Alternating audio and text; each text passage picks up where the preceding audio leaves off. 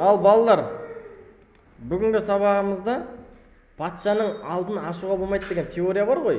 Бізде шахматта алты ереже бар, жасауға болмайтын. Сол ереженің бірі патшаның алдындағы сарбаздарды жүріп, патшаның алдын ашуға болмайды деген. Ал енді егер қандайда бір қарсыласымыз патшасының алдындағы сарбазын ашып қоятын болса, оған шабуылды қалай жасау керек? Бүгінгі сабақ осы.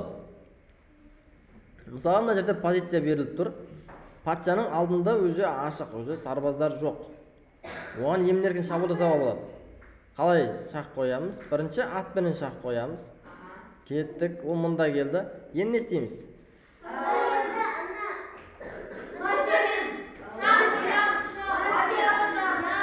Бұлай ма? Әлде басқа жаққа ма?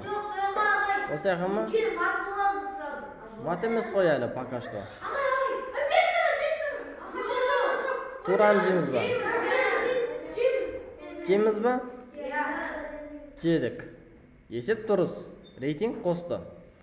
Енді бұл тақырып жалаңаш патшаға атака жасау. Яғни патшаның не істейді? Айналасында оның қорғайтын фигуралар жоқ. Мысалға, мына жерде уәзір бар, тура бар, бірақ олар патшаны қорғауға қауқары жетпей жатыр.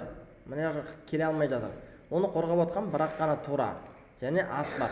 Енді мына жерде қалай мына патшаға шабуыл жасауға болады, ақтар? Ағай, біріншісі біз жейміз. Мына менен ба? Жоқ. Қайсы менен жейміз?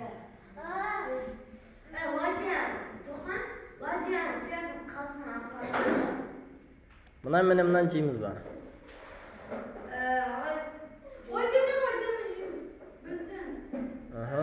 Сосын қандай идея бар, қандай планың бар?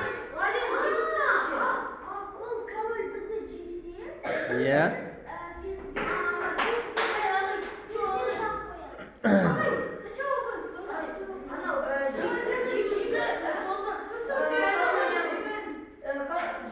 Так, жеді. Шақ қоямыз. Ал, шақ. Иә, мына пешка менен екеуі батарея болып шақ қояды, мұнда шақ. Ағай, ұту өзі легкий болады. Патшаға мат қойға болады. Мына жерде бізге шақ қойып тұр. Қалай қорғанамыз, қалай мынаған атака жасауға болады? Бірінші қорғанамыз, пешіктен. Ладиямен жейміз. Рысқа ладиямен келеміз, значит ладиямен. Ладиямен жейміз дейді. Ладиямен жейміз, ағай, что мат болып қалмау үшін. Керемет, молодцы.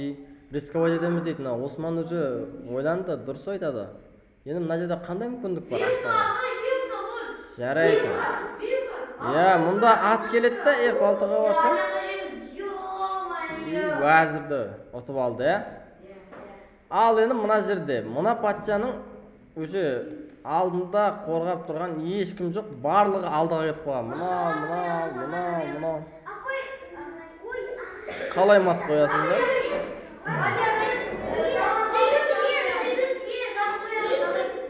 Е, 8-ге? Мат емес екен ғой. Жей салсаң сен ұтыласың ғой, сенде. Аха, жарайсың, керемет. Супер. Міне, осылай ойлану керек. Бірінші жүрмей тұрып, бірінші алдын ала сол 2-3 ходты ойланып алу керек. Ал енді мына жерде ше, мына патша бір өзі. Ақтар қазір атака жасау керек. Міне. Шақ қоямыз, ағай. Қайсымен шақ қоясың? Мына мен ба? Атпен. Атпен шақ қойсақ, атпен шақ қоймайын ба?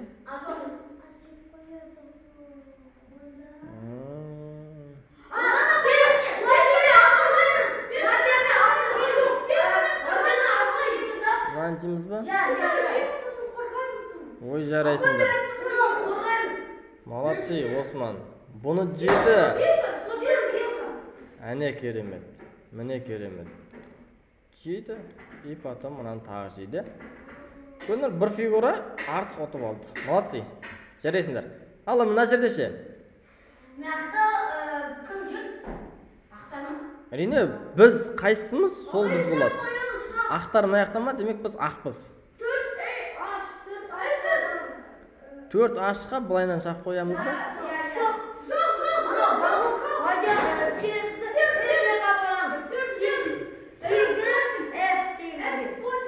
Мына жаққа ма? Қандай идея бар екен, көрейікші. Ал, жақсы.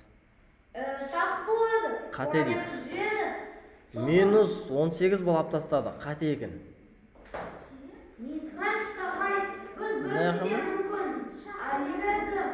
Мынау дұрыс екен.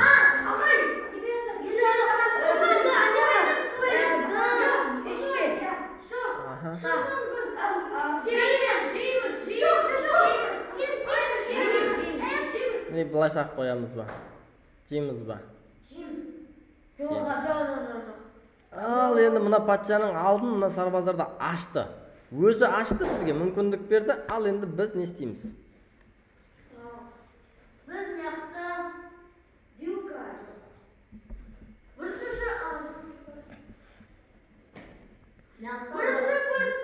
вазирді жейміз, ағай. Вазирді фесме жейміз.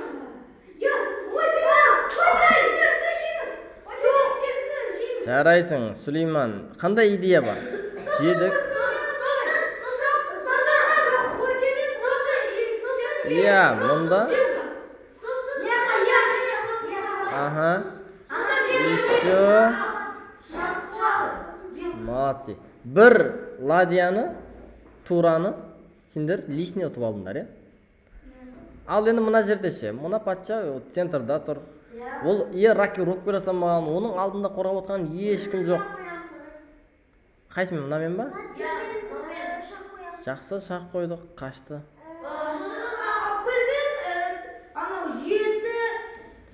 Мынау тұр ғой, мына піл тұр ғой. Тағы да шақ.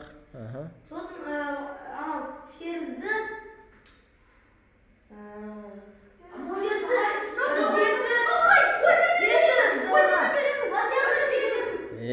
Бұны береміз. Батарея қорқпайсыңдар ғой оны. Келіп шақ бере бересіңдер ғой. Өйткені жақта піл бар. Ал ол бері қарай келсе, сен екінші мына жақтан ферзді уәзірді алып келсең, мат болады. Ал енді мына жерде ше. Бұл патша центрда, яғни рокировка жасалмаған. Но последний есе, осыдан кейін надо рисковать.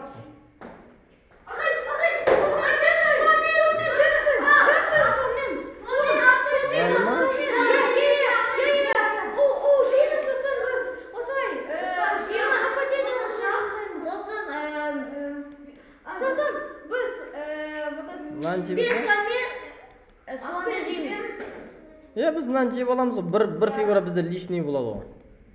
Міне.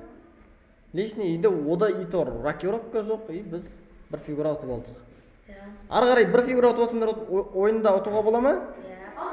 Әрине болады ғой. Барлық фигураны разменге қоясыңдар, жей бересіңдер, ауыса бересіңдер, сосын ұтасыңдар. Ойын ба? Бұл ма? Ойын емес, бұл есеп қой. 8-сы? Мұнда ма? Ал, жақсы, мұнда қойдық. Сосын? Ладиямен 7 еға апарамыз. Двойной удар, Ладиямен 7 еға апарамыз. Бұлай жеп аламыз, Оны не істейсің, о жаққа барып, керек емес қой. Ал, түсінікті ма? Егер корольдің алдын ашуға болмайды, корольдің алдын, патшаның алдындағы сарбаздардың барлығын ашып тастайтын болса, қалай атака жасайды екенбіз?